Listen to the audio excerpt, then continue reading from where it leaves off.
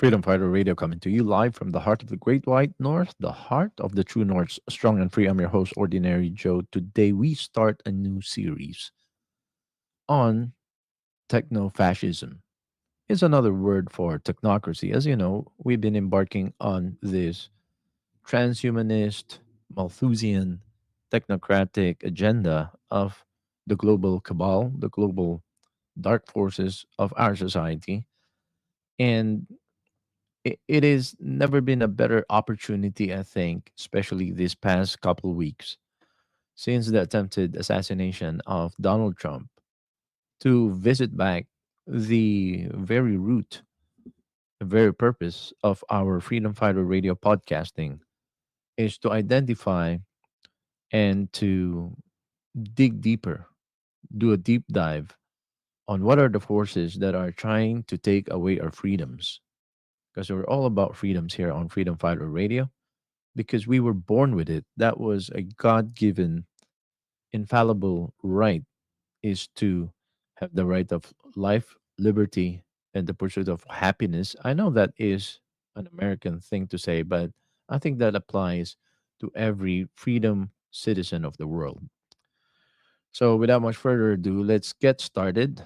And please invite your friends to come and listen. The full episode will be available on our Brightian channel, which link will be provided below, and the audio version. And all of this will be audio based.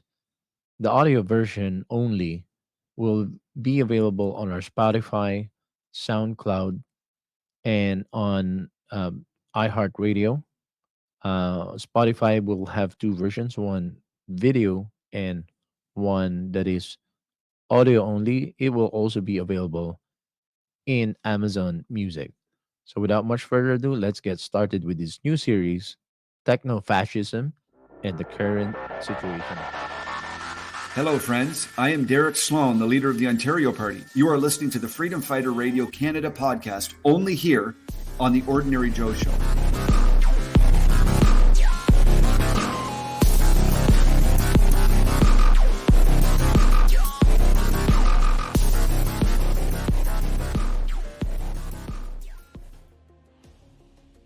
Welcome back, folks.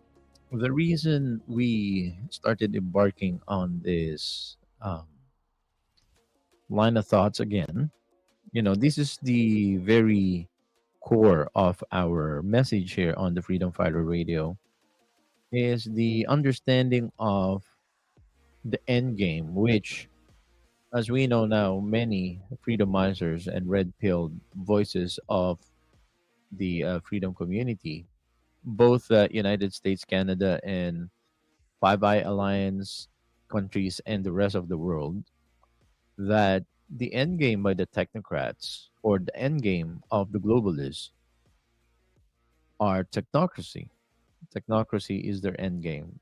Social credit system, total surveillance, total control, total technocratic tyranny is to subject every single one of us to submission for their desires, for their idea of what they think of, an idea of utopia.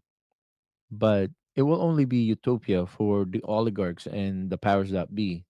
But for the rest of us, ordinary Jane and Joe citizens of the world, it will be dystopia. And many of you are probably following many modern day science fiction genre productions, films, um, radio shows, podcasts, books, right? And there's a common theme um, among many of these dystopic narrative, whether it be produced by Hollywood or independent filmmakers or independent authors of fictional books or whatnot. There's a common theme, and the theme is the oligarchs, the billionaires, and powers that be pushes everyone into this idea of utopia, but it ends up creating a bigger problem for the society. But it is by design when we know more about their intention is that they will push for this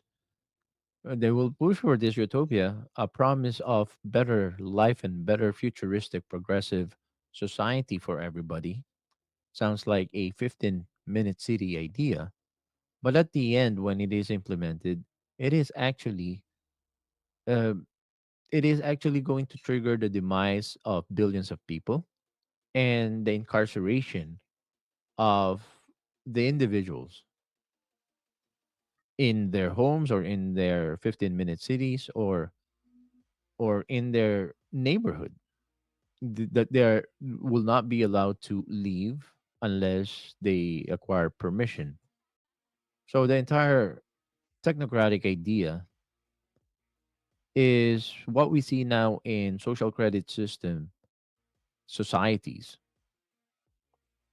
and that is always packaged and marketed as something that would be, futuristic and comfortable for humanity, when in fact it is actually a way to push humanity down to their knees to beg for sustenance and to beg for provision from those who will remain on the top, which will be utopia for them, but dystopia for the rest of us.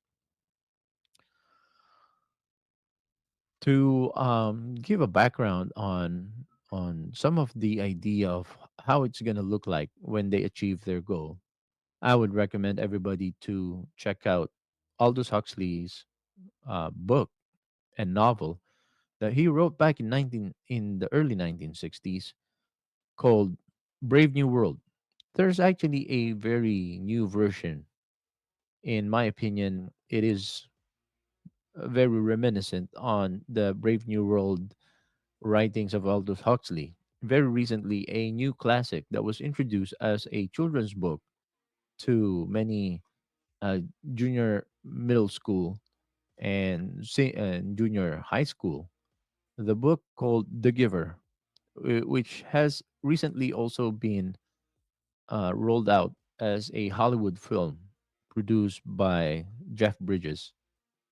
And I'm trying to remember the author's name, but the author is now regarded as one of the most decorated or applauded um, children's book author, fictional author.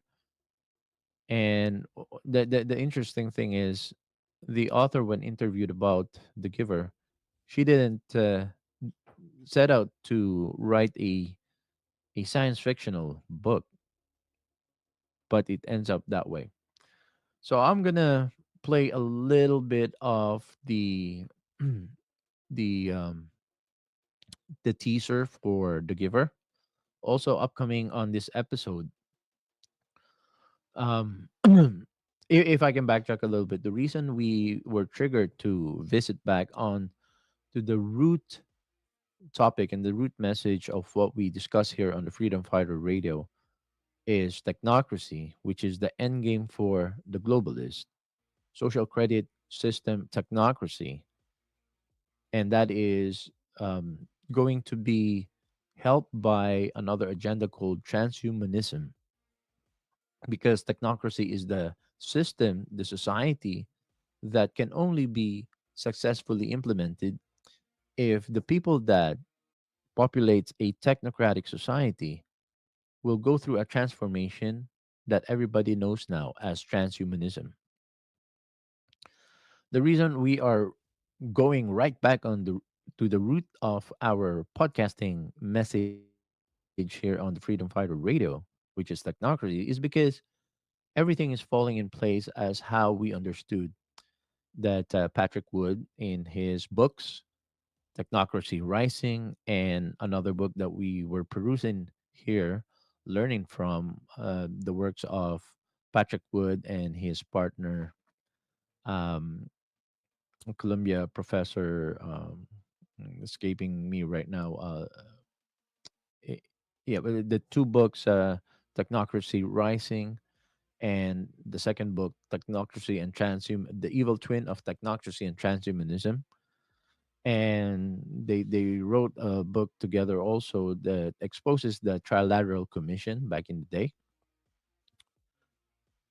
Those things that we learned from that book, those two books, are now coming into fruition.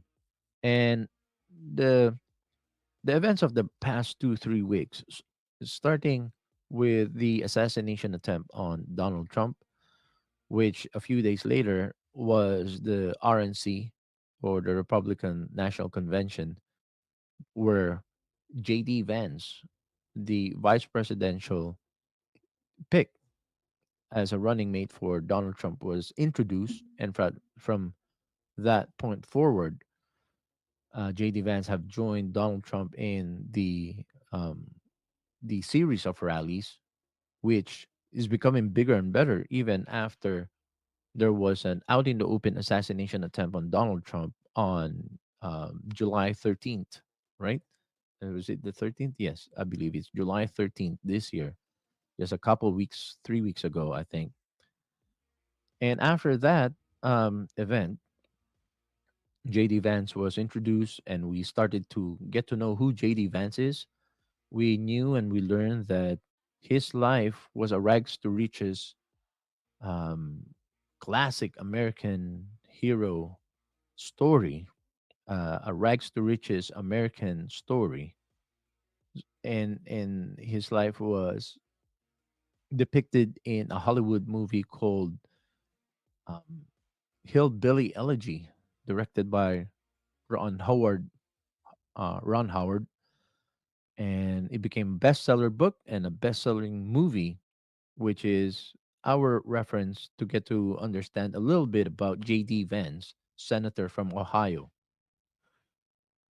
And so we, together with many of our MAGA friends all across America, and there are, believe it or not, there are many MAGA friends here in Canada as well. After we dug a little deeper on the Hillbilly Elegy own writing of J.D. Vance himself about a memoir about his childhood growing up in Middleton, Ohio, uh, a few days or maybe just a week right after that RNC, we heard of Joe Biden dropping out of the race for the presidential election that is upcoming in November. And he endorsed his vice president, Kamala Harris, as the new contender for the presidency for the Democratic Party. We saw a lot of controversy that's going on within the Democratic Party when that was happening. And that after that event, there's a big Olympics that happened in Paris, France, which blatantly and in your face mockery of Christian faith that was broadcasted all across the world. And after that, there was this big event that's happening in Venezuela, where uh, last weekend, and this might be a couple of weekends when by the time this podcast rolls out, but just around the weekend of the last week of July, an election happened in Venezuela, which blatantly cheated by the Maduro camp. And so an uprising came out in the street, a reminiscence of the 1986 People Powers Revolution that happened in the Philippines back in 1986, where people are facing off with tanks, and the police and the military are taking off their uniforms and taking the side of the people, even though they were ordered to oppress the ordinary Jane and Joe citizens of Venezuela. So a lot of things have happened. And then one of the big things that also triggered us to come back to this topic is a big article and a podcast that very admired voice in the freedom community, the author and the producer of Unlimited Hangouts, and the author of two books, Whitney Webb. which I just bought the first book and on the process of perusing the first of her two books that she published, I believe, last year. But she also published a very interesting but very eye-opening article in her website, A Limited Hangout, regarding JD Vance and JD Vance affiliation with many techno-fascist technocrats, the likes of Sam Altman, the likes of Elon Musk, the likes of Peter Thiel, who actually helped him to um, facilitate his rise to power and fame from rags to riches story, where Peter Thiel was right behind him all along.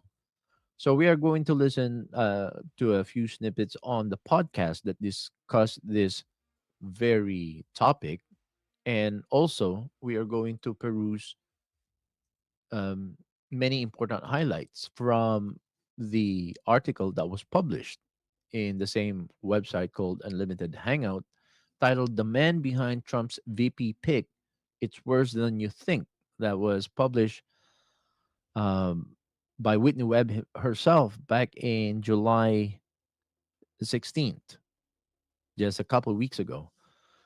And it's very interesting, it's very eye opening. And as much as we are a big fan of Whitney Webb, it is our duty as fellow freedom podcaster to dig deeper and to not to fact check, but to um, get the references on some of the contentions that was laid out, to dig deeper and to simplify for ordinary Jane and Joe Americans and Canadians what is the entire expose all about regarding this article, exposing the backgrounds and the people that are behind JD Vance, which I thought is very interesting and, in my opinion, very believable. It's very timely because I am, together with many of our mega friends, we're singing the praises of JD Vance. But while I was doing that, I also said that you cannot give anybody, that includes Trump and the Trump ilk, the Trump party, a grain of salt. And do not give anybody, including Trump and JD Vance, 100% of your trust, but leave a little room of reservation, just in case these individuals, these personalities are hijacked by the New World Order. Because we now should be in that level of understanding that the left versus right paradigm is a dog and pony show that actually diverts us from looking at the actual more important issues that's going on right in front of us.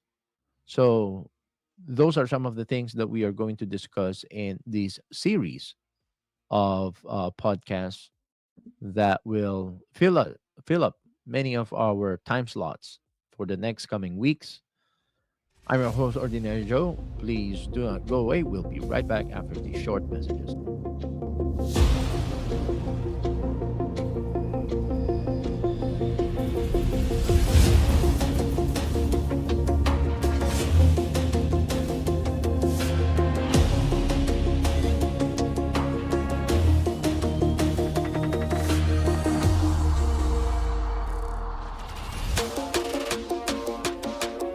For the best price in town on your flooring, call Complete Flooring. The unique shop-at-home experience means samples are brought right to your door, and because we don't pay salesmen, there's no markup on our products. Complete Flooring does the installation of new hardwood floors and sands them using a dustless machine, making the sanding process cleaner. We also specialize in refinishing, staining, and custom staining of existing hardwood floors. Our Green Guard certified environmentally friendly finish is now available. Drying in a quarter of the time of regular stains means you can get back in your house sooner, and it will last longer. If you're a homeowner, general contractor, or a building or property manager, Complete Flooring services are available to you. So give us a call today. Imagine that the power grid was totally wiped by an EMP weapon of an enemy state. Your stress level will go to the roof, your patience will be tried, you will have to think about both your own and your complaining children's survival. If you don't survive, your children won't when they are left on their own. Teach your children how to have the mentality of being survivors through a fun, children-friendly guided outdoor adventures with basic survivor mindfulness integrated in the fun outing activity. Call my friends Ornell and Victoria who are experienced survivors. Call them at 905-252-8009 or email them at northernpacificcottages@gmail.com. Welcome back, folks. This is Freedom Fighter Radio coming to you live from the heart of the Great White North. I'm your host, Ordinary Joe, the heart of the true North, strong and free. We are embarking on a new series. I think we are going to title this new series as Who Are the Techno-fascists? Who are the technocrats of today's era? Something of that sort. Well, but you will see what will be the official title on the thumbnail of this video series, podcast series, and on the thumbnails and the titles of wherever you're consuming this podcast. Again, this will be available in full uninterrupted, full uninterrupted version at our Brighteon channel. It will also be audio only, uninterrupted format on our Spotify and Amazon Music channels. But we will have well edited and polished segments that will be available on our BitChute, Odyssey, and Rumble channels, and all across all our podcasting platforms. Anyways, folks, just to remind us of the two names I couldn't recall in the last segment was Dr. Anthony Sudden was Patrick Wood's fellow author or co-author of the Trilateral Commission books, the expose that they have created regarding the Trilateral Commission and also Technocracy Rising. But the latest book from Patrick Wood, Technocracy and Transhumanism, The Evil Twins of Technocracy and Transhumanism, was written by Patrick Woods by himself because Dr. Anthony Sudden has been long gone when he started this book. The other person that we were trying to recall in the last segment is the author of the book, The Giver, which is, I think, a modern day harbinger or a modern day accidental red pillar or a Morpheus, if you take the analogy of the Matrix. Lois Ann Lowry. She was born March 20, 1937. She went through the Second World War, I think, well, just after the Second World. No, no, no, sorry. I'm mixing up my. Yeah, he went through the Second World War. She had an experience. I don't know if she was one of those who were alive during the Second World War from a distant or right actually involved in the war. I didn't dug deep in her biography just yet, but if we have an opportunity, we'll go take a little look at that as well. But when she wrote The Giver, which became now a classic and a recommended reading for many high schoolers and middle schoolers all across North America, she got a lot of pushback. For some reason, there were a movement to ban her books from schools and from libraries. So that makes it a little bit more interesting. Why was there some people who were going against a fictional book designed for children? Her name is Lois Ann Lowry. I think um, the title of her book is The Giver Quartet. Other books that she wrote was Number the Stars and Ravi Starkey. So just remember, before we got sucker punched by the assassination attempt to Donald Trump, 13th of last month, July, we were embarking down the path of understanding artificial intelligence and how it is going to be instrumental to the transhuman agenda of the Malthusian depopulist agenda.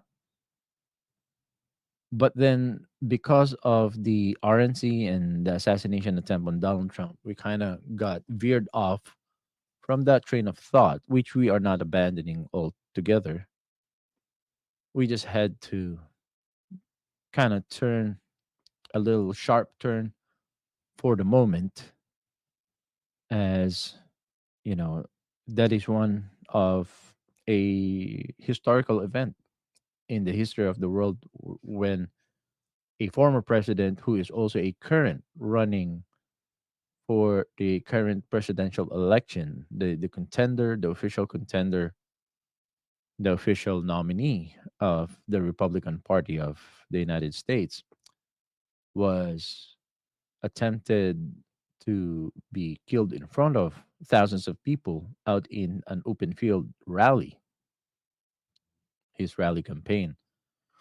The only other time before, see, the last time there was an assassination attempt to an American president was back in 1982 against Ronald Reagan.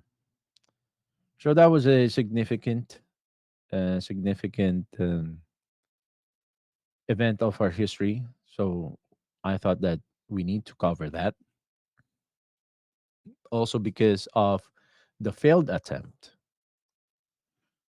The, there's so many domino effect that was caused by that, and on hindsight as well, if that assassination attempt became successful, we probably are right in the middle of a big civil war in the United States and a chaotic world event.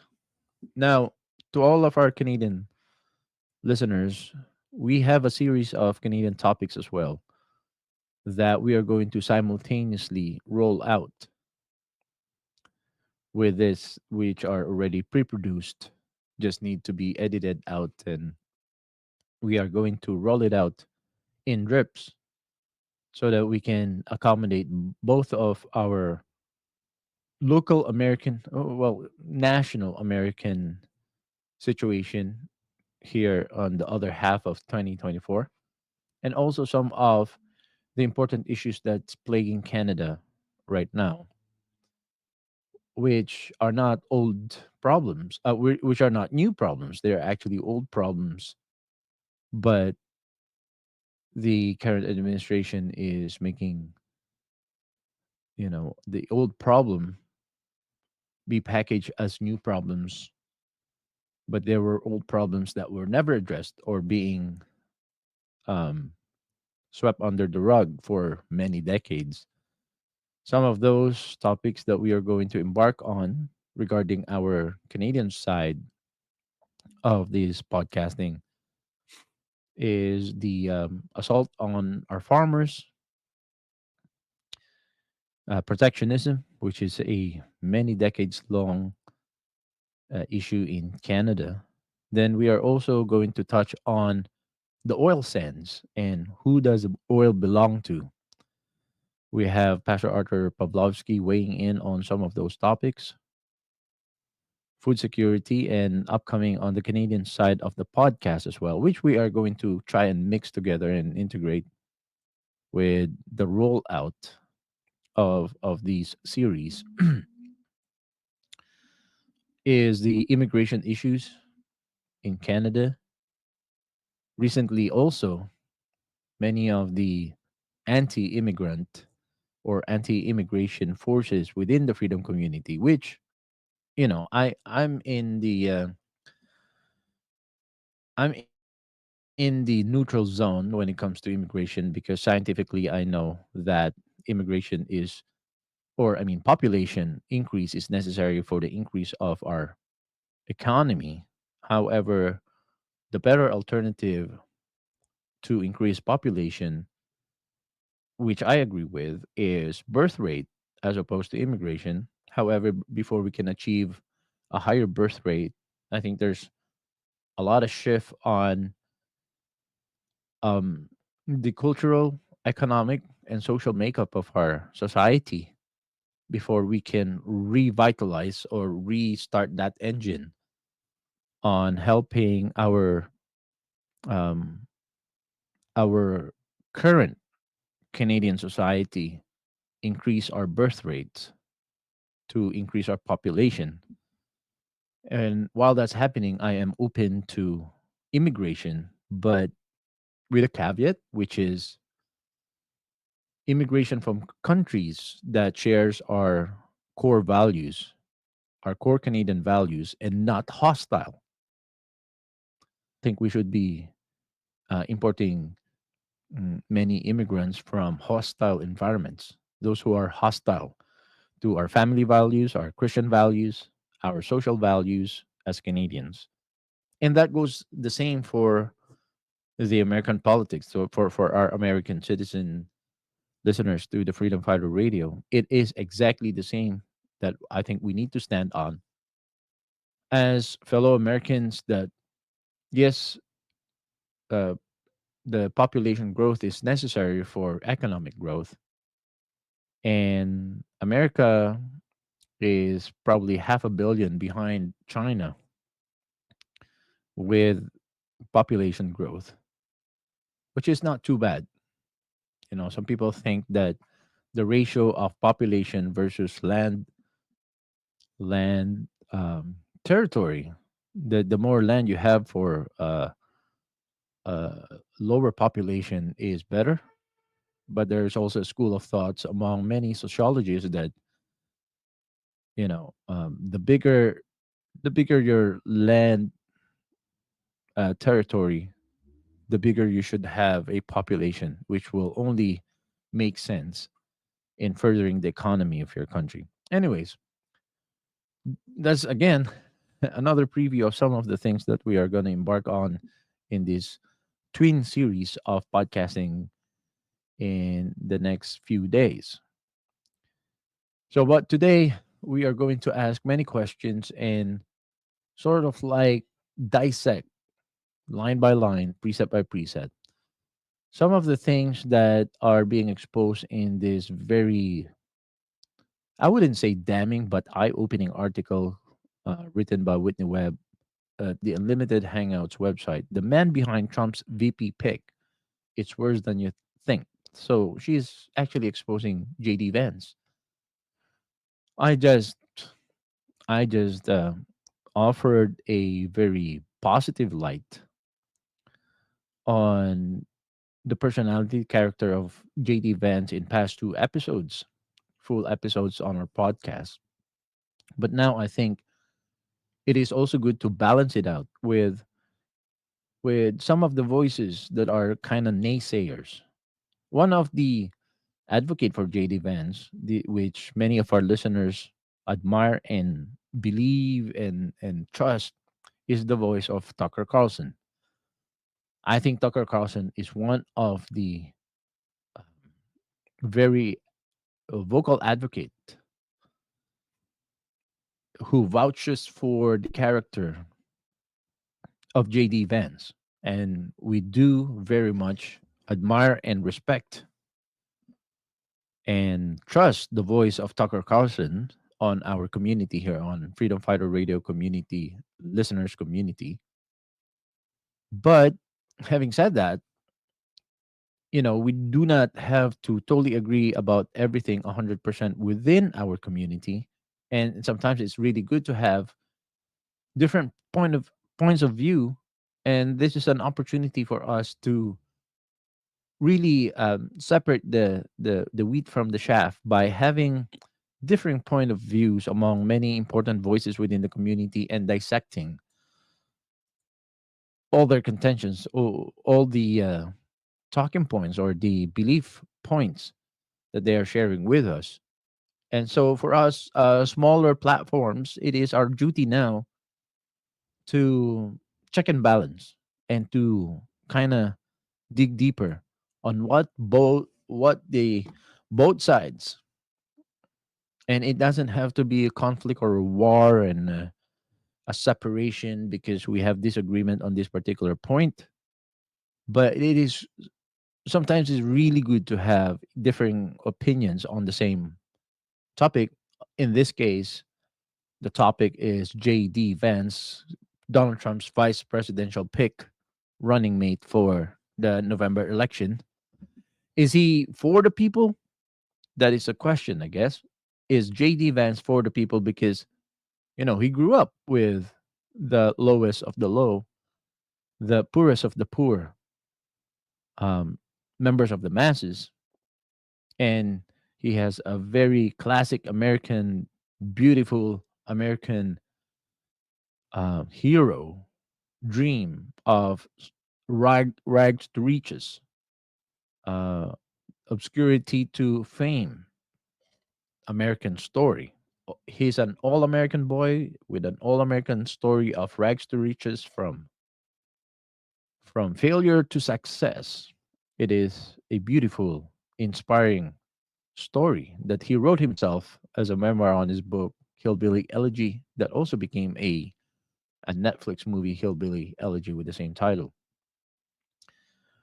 Well, Tucker Carlson, and we consider a friend of Tucker here on the Freedom Fighter Radio, he vouches for JD Vance and he believes that the indication of JD Vance being on the right side of history is when all of the evil, tyrannical warmongers in both the Senate and Congress of the U.S.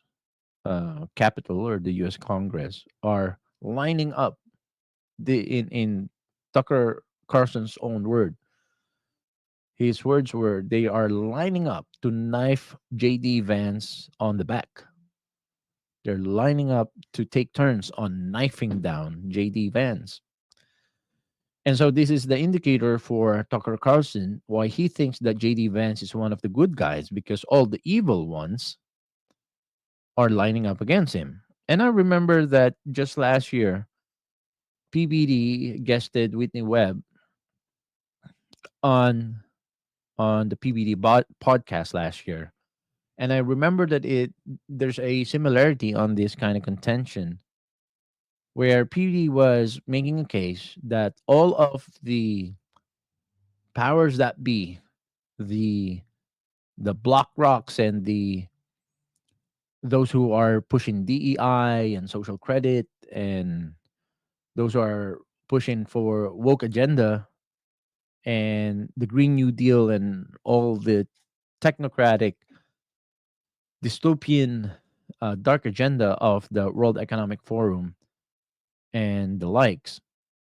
Those companies and those corporations and those associations are all out on war against Donald Trump. So if they are against Donald Trump and the media is against Donald Trump, then Donald Trump must be with the people. And I remember this contention back and forth between BBD and Whitney Webb last year, how Whitney Webb was saying that Donald Trump is not really one of the good guys, but he's one of the controlled opposition. That the good guys or the people, the masses, will be. He is the personality that is marketed to, that will be embraced by the masses. Between the good cop versus the bad cop, Donald Trump is the good cop, but they're both cops in her contention. And there's a very similar contention now between Whitney Webb. I don't think they really face off about this topic, but individually on their own platforms, they are saying opposing views on JD Vance. Again, Tucker Carlson is all about JD Vance is one of a good of the good guys.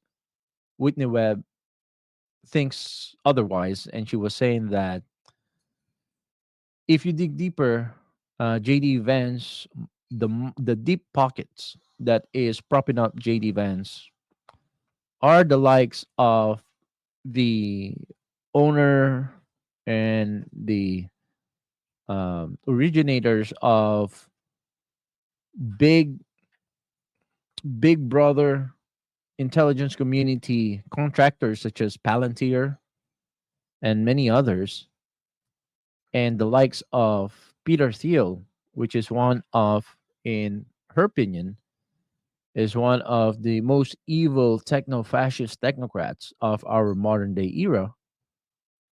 And so, what we are going to do, because we already heard the positive side of who JD Vance is, we are now going to embark on the naysayers, those who think, which primarily that is Whitney Webb, who do not think that JD Vance, and even for her, even Donald Trump, is not really the candidate of the people. These are plants, in her opinion, these are plants, these are controlled opposition. So let me read a couple of paragraphs from Whitney Webb's July 18 article on JD Vance.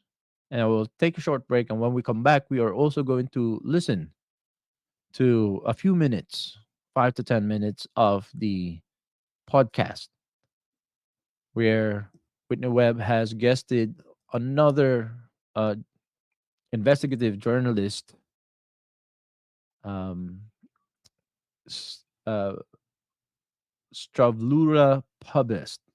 It's very hard to pronounce her name. Her first name is Stavrula, and her last name is spelled as Pabst. Pabest, I think, is how you pronounce it. But she did a big deep dive on Peter Thiel and all the Peter Thiel cohorts and collaborators as some of the most evil and demonic techno fascists of our modern day era. So here's the first couple of paragraphs from Whitney Webb's Unlimited Hangout article entitled "The Man Behind Trump's VP Pick It's Worse Than You Think," written and published on July 18, 2024. Here goes the article. While JD Vance has his own controversies, his close connection to billionaire Peter Thiel, who is poised to have unprecedented influence in a new Trump administration. By the way, I heard that he might be appointed. Peter Thiel might be appointed in one of the ministries under Trump administration. Okay.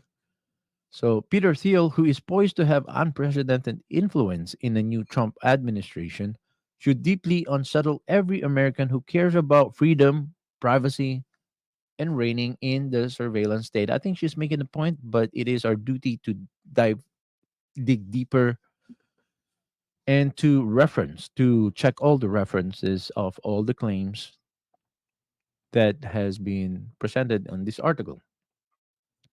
Continuing on, after the recent revelation that Donald Trump had selected J.D. Vance as his vice president, public attention not only turned toward Vance but also to the billionaire Peter Thiel.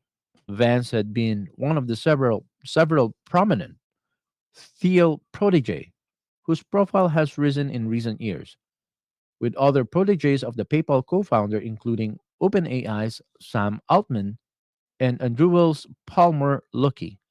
All right, so I think we are very much aligned with some of the path that we were going down on before the July 13th assassination attempt on Donald Trump.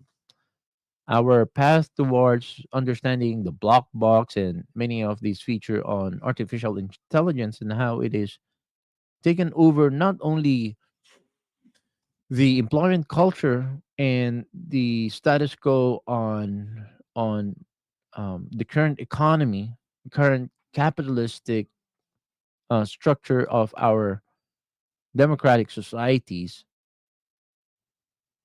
but how it will also change culture, how it will change everyday life.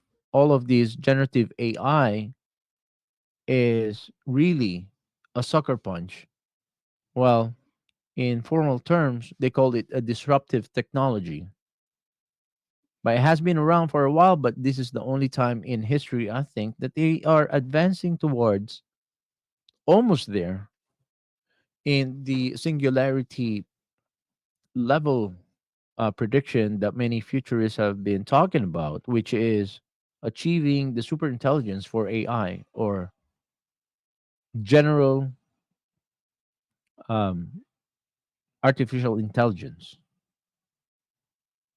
So we are right back on where we were before we kind of veered off.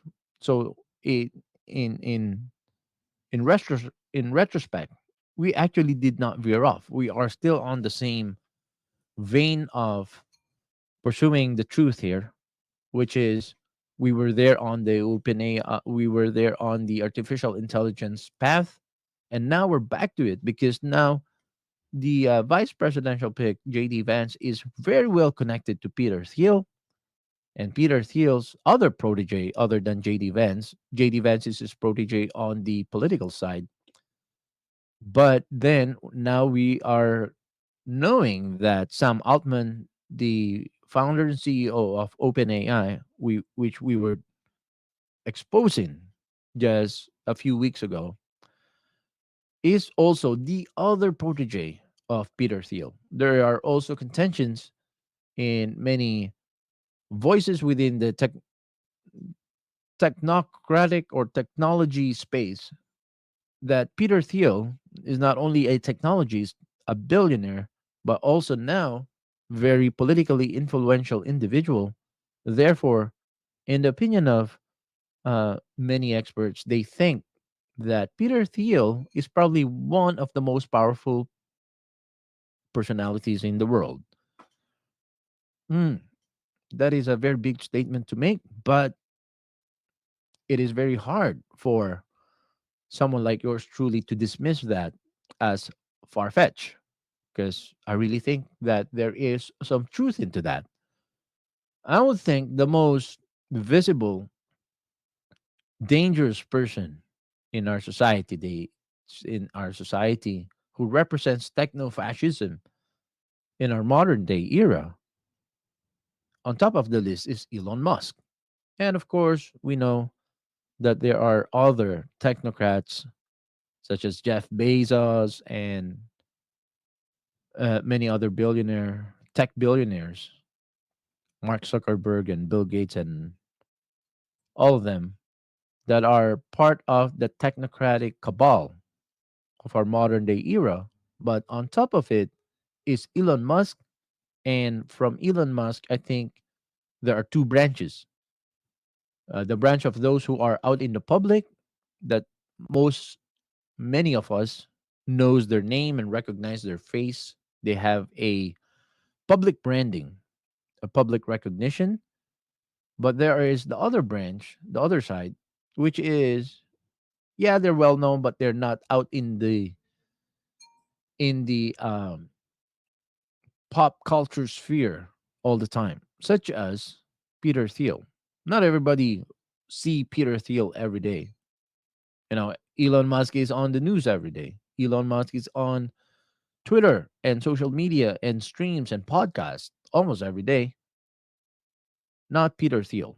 Peter Thiel is a little obscured compared to Elon Musk, but he is probably, according to many expert opinion,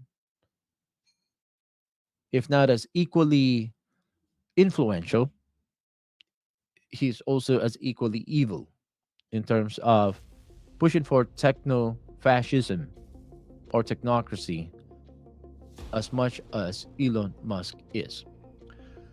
For our third segment, we are going to go deeper on Peter Thiel